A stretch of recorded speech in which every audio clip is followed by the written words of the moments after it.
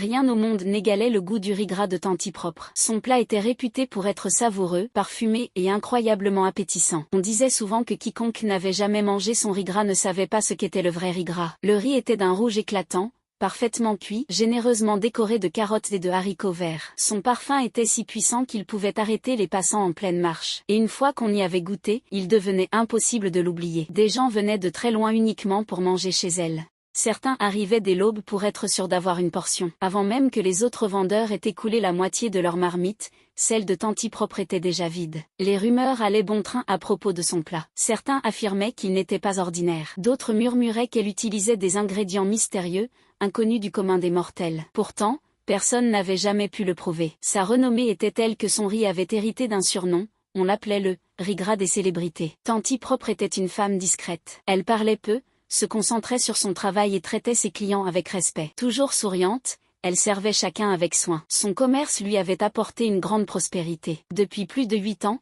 elle préparait et vendait du riz gras chaque jour. Sa clientèle lui était fidèle et lui faisait entièrement confiance. La vie semblait parfaite. Jusqu'au jour où Sylvia entra dans son histoire. Sylvia avait longtemps travaillé de nuit, mais les années avaient fini par l'épuiser. Son corps n'avait plus la force d'affronter les longues soirées à la recherche de clients. Elle devait trouver une autre manière de survivre. Cliente régulière de Tanti Propre, Sylvia connaissait bien son plat et en adorait le goût. Elle admirait aussi la réussite de son commerce. Un jour, elle se rendit à son stand et lui parla avec franchise. Elle lui expliqua qu'elle souhaitait elle aussi se lancer dans la vente de nourriture, car la vie était devenue trop difficile pour elle. Tanti Propre l'écouta et lui répondit avec bienveillance qu'elle n'avait aucun problème avec cela. Selon elle, chacun faisait de son mieux pour s'en sortir. Encouragée, Sylvia ouvrit son propre petit commerce 2 semaines plus tard. Elle se mit à préparer du riz gras, essayant d'imiter chaque détail, les carottes, les haricots verts, la présentation. Elle copiait tout ce qu'elle voyait. Pourtant, quelque chose manquait. Le goût n'y était pas. Les clients se faisaient rares. Certains jours,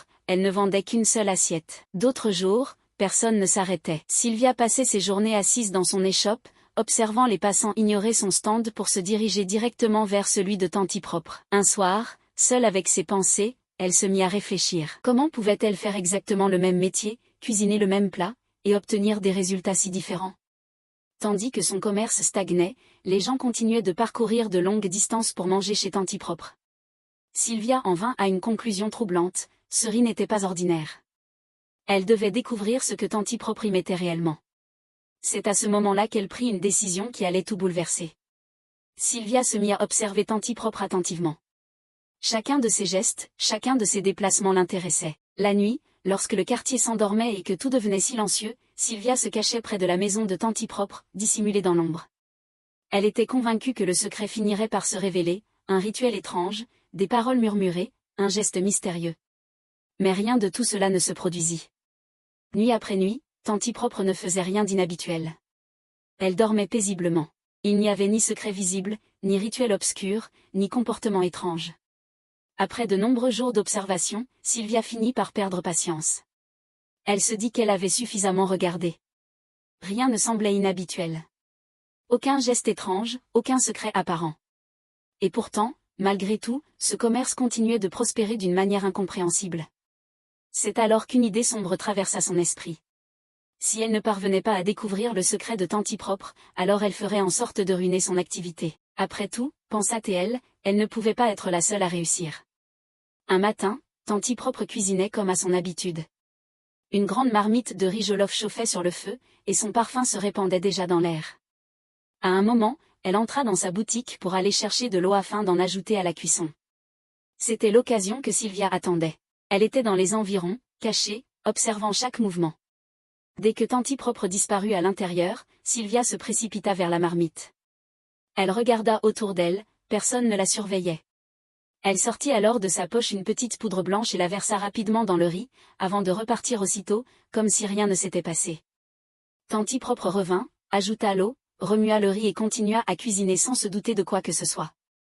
Ce jour-là, quelque chose d'inhabituel se produisit. Le riz de Tanti Propre se vendit encore plus vite que d'ordinaire. En moins d'une demi-heure, tout avait disparu. De nombreux clients restèrent sans manger. Ils attendirent, mais il n'y avait plus rien. Alors, pour la première fois, ils prirent une décision inattendue, ils se dirigèrent vers l'échoppe de Sylvia. Pour elle, cette journée était différente. Son stand se remplit de clients. Surprise, elle les servit avec un large sourire. Intérieurement, elle se félicitait, son plan semblait fonctionner. Les gens mangeaient, buvaient de l'eau et la remerciaient. Sylvia se sentait fière. Mais peu de temps après, des cris éclatèrent. Quelqu'un se tenait le ventre. Un autre courait en urgence. D'autres encore criaient qu'ils avaient besoin de toilettes.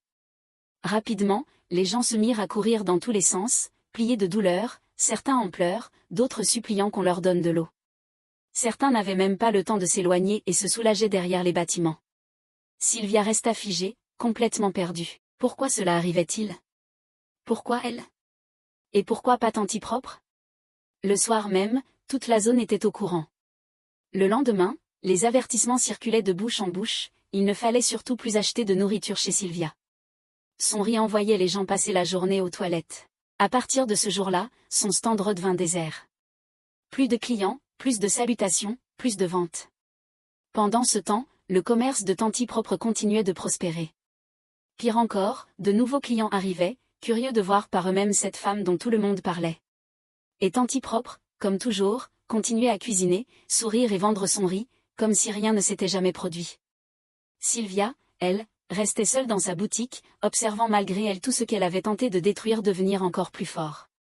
Le lendemain, elle ne sortit même pas. Honteuse et confuse, elle se posa sans cesse la même question, comment Tanti propre pouvait-elle ne pas être une sorcière? Elle avait essayé de ruiner son commerce, et c'était le sien qui s'était effondré. Plus elle y pensait, plus la colère montait en elle.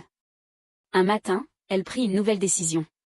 Si elle ne pouvait pas l'attaquer de l'extérieur, alors elle agirait de l'intérieur. Le jour même, Sylvia se rendit au stand de Tanti propre. Elle s'inclina respectueusement et lui parla avec humilité. Elle expliqua que sa propre activité avait échoué, qu'elle n'avait plus d'argent et qu'elle demandait simplement la permission d'aider. Elle proposa de laver les assiettes, de servir les clients, de nettoyer, de faire n'importe quelle tâche. Tanti propre la regarda longuement en silence, puis lui expliqua qu'elle travaillait seule depuis 8 ans parce qu'elle aimait la tranquillité et évitait les problèmes. Sylvia se hâta de promettre qu'elle ne causerait aucun souci. Après un moment de réflexion, Tanti propre accepta finalement. À l'intérieur, Sylvia souriait. Elle était heureuse. Elle commença à travailler aux côtés de Tanti propre. Elle lavait les assiettes, servait les clients, nettoyait la boutique. Mais pendant qu'elle accomplissait toutes ces tâches, Sylvia observait. Elle regardait attentivement la manière dont Tanti propre cuisinait, ce qu'elle ajoutait dans les marmites, chacun de ses gestes, sans jamais détourner les yeux. Les jours passèrent. Puis les semaines. Et pourtant, Sylvia ne remarqua rien d'inhabituel. Aucun ingrédient étrange, aucun objet mystérieux, aucun rituel caché. Tanti propre cuisinait simplement, comme n'importe quelle femme. Malgré cela, les plats continuaient de se vendre sans interruption. De plus en plus troublée, Sylvia décida de tenter une autre approche. Elle se mit à circuler dans le quartier, racontant des histoires aux gens. Elle les mettait en garde contre la nourriture de Tanti propre, affirmant qu'elle n'était pas ordinaire, que c'était pour cela que ceux qui y goûtaient revenaient sans cesse. Certaines personnes la crurent. D'autres l'ignorèrent. Quelques-unes posèrent des questions.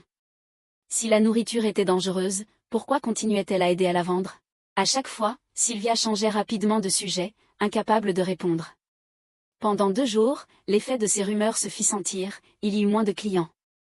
Mais le 3e jour, contre toute attente, quelque chose d'étrange se produisit.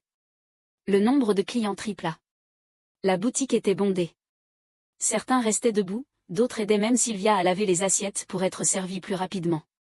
Tanti propre dut augmenter la quantité de nourriture qu'elle préparait. Sylvia resta figée.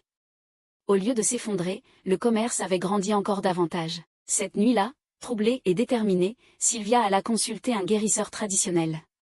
Elle lui expliqua tout ce qu'elle désirait et lui demanda également un talisman pour faire prospérer son propre commerce. L'homme l'écouta attentivement et lui remit ce qu'elle avait demandé, un pantalon blanc et un objet censé porter chance. Sylvia rentra chez elle en serrant le paquet contre elle. Elle n'arrivait même plus à attendre le lever du jour.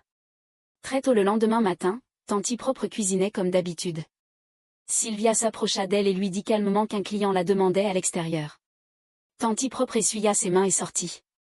Dès qu'elle disparut, Sylvia agit rapidement. Elle sortit le pantalon blanc que le guérisseur lui avait donné et l'enfonça profondément dans la marmite de riz gras, s'assurant qu'il soit bien dissimulé sous la nourriture. Quelques minutes plus tard, Tanti propre revint, affirmant qu'il n'y avait personne dehors. Sylvia haussa les épaules, prétendant que le client avait sans doute déjà quitté les lieux. Lorsque le plat fut prêt, Tanti Propre commença à servir seule. Sylvia avait disparu. Soudain, elle revint accompagnée de plusieurs hommes visiblement en colère. Devant tout le monde, Sylvia cria que cette nourriture n'était pas normale, accusant Tanti Propre de cuisiner avec des vêtements sales. La foule s'arrêta net. Certains se couvrirent la bouche, choqués. Tanti Propre, elle aussi, resta sans voix, regardant Sylvia avec incrédulité. Pour prouver ses paroles, Sylvia exigea qu'on vérifie la marmite. Les hommes vidèrent le riz dans un grand récipient et fouillèrent soigneusement. Une fois. Puis encore. Mais il n'y avait rien. Aucune culotte. Aucun objet suspect. La honte s'abattit sur la foule. Les gens s'excusèrent auprès de Tanti Propre, lui demandant pardon et promettant de ne plus jamais écouter Sylvia. Ils la mirent en garde, puis quittèrent les lieux. Sylvia resta immobile, tremblante. Finalement, elle tourna les talons et rentra chez elle lentement, envahie par la honte et la confusion. Elle savait pourtant une chose avec certitude, elle avait elle-même caché cette culotte dans la marmite. Alors comment avait-elle disparu? Et pour la première fois, Sylvia commença à ressentir plus de peur envers Tanti Propre que de haine. Après l'incident de la culotte, Sylvia ne s'arrêta pas. Son cœur restait rempli de jalousie et d'amertume. Elle voulait voir Tanti Propre tomber, persuadée que ce n'était qu'à cette condition que son propre riz gras pourrait enfin briller. Elle attendit 2 semaines, laissant la tension retomber. Puis elle rouvrit son restaurant. Cette fois, elle était convaincue que sa nourriture n'était plus ordinaire, elle y avait discrètement ajouté le talisman que le guérisseur lui avait donné. Peu à peu, quelques clients commencèrent à revenir. Ils n'étaient pas nombreux, mais suffisamment pour lui redonner espoir. Certains habitués de Tanti Propre partageaient désormais leur visite entre les 2 stands. Malgré cela, la boutique de Tanti Propre restait pleine, animée, bruyante, comme toujours. Sylvia n'était toujours pas satisfaite. Un après-midi, elle se tenait seule dans son commerce. Ses marmites étaient pleines, mais aucun client ne venait. De l'autre côté de la route, chez Tanti Propre, c'était l'effervescence, les rires fusaient, les assiettes s'entrechoquaient, l'argent circulait. En observant cette scène, la colère monta en elle. Une pensée dangereuse s'imposa à son esprit, si elle ne pouvait pas avoir autant de clients, alors Tanti Propre ne devait plus jamais cuisiner. Le lendemain, Sylvia retourna voir le guérisseur. Elle lui déclara sans détour qu'elle voulait que les mains de Tanti Propre soient paralysées pour qu'elle ne puisse plus jamais préparer de nourriture. Le guérisseur devint grave. Il refusa. Il expliqua que cette femme avait un cœur pur et innocent, et que tenter de lui faire du mal ferait forcément revenir le mal sur elle-même. Mais Sylvia, aveuglée par la jalousie, cria qu'elle s'en moquait. Elle insista. Malgré les avertissements répétés, malgré les conséquences annoncées, elle sortit davantage d'argent et exigea qu'il agisse. Après un long silence, le guérisseur céda. Il accomplit le rituel. Sylvia repartit avec un sourire. Le lendemain matin, elle se réveilla pleine d'enthousiasme. Son plan était simple, passer devant la boutique de Tanti Propre et assister à la tristesse des gens, voir la pitié dans leurs regards. Mais lorsqu'elle tenta de se redresser dans son lit, elle se rendit compte qu'elle ne pouvait plus bouger ses mains. Elles étaient engourdies, sans force. Elle essaya encore, en vain. La peur envahit son cœur. Avec beaucoup de difficulté, elle parvint à se lever. Ses mains tremblaient.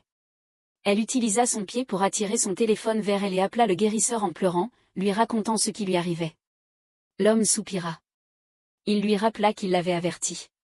Il lui expliqua qu'il ne pouvait plus rien faire. La seule solution, selon lui, était d'aller demander pardon à Tanti Propre. Sylvia éclata en sanglots, pleurant comme un enfant. 2 jours passèrent. Ses mains commencèrent à se détériorer, la douleur devint insupportable. Quand sa mère, restée au village, apprit ce qui se passait, elle accourut. Horrifiée, elle emmena Sylvia directement chez Tanti Propre. Elles s'agenouillèrent devant elle. En larmes, Sylvia avoua tout, comment elle avait empoisonné la nourriture, propagé des mensonges, consulté le guérisseur, et tenté de détruire sa vie et son commerce. Tanti Propre écouta sans interrompre. Puis elle parla calmement. Elle expliqua qu'elle avait toujours vécu sans faire de mal à qui que ce soit, et que cette droiture avait été sa protection. Elle raconta que son père, un homme attaché aux traditions, l'avait bénie avant sa mort, lui demandant de mener une vie propre, sans haine ni méchanceté. Selon lui, tant que ses mains resteraient propres, tout mal dirigé contre elle retournerait à son auteur. Tanti Propre choisit de pardonner. Elle déclara qu'elle laissait toute chose entre les mains de Dieu. Sylvia fut ramenée chez elle. Une semaine plus tard, ses mains étaient complètement guéries. Honteuse, brisée et silencieuse, elle rassembla ses affaires et repartit au village avec sa mère. De son côté, Tanti Propre continua son activité. Son riz gras se vendait toujours aussi bien, préparé avec le même soin, la même honnêteté, et c'est ainsi que la jalousie perdit tandis qu'un cœur pur triompha. Ayez toujours le cœur pur. C'est la fin de cette histoire, merci d'avoir regardé jusqu'à la fin. Si vous avez aimé alors laissez un j'aime et abonnez-vous à la page afin de voir d'autres histoires encore plus intéressantes.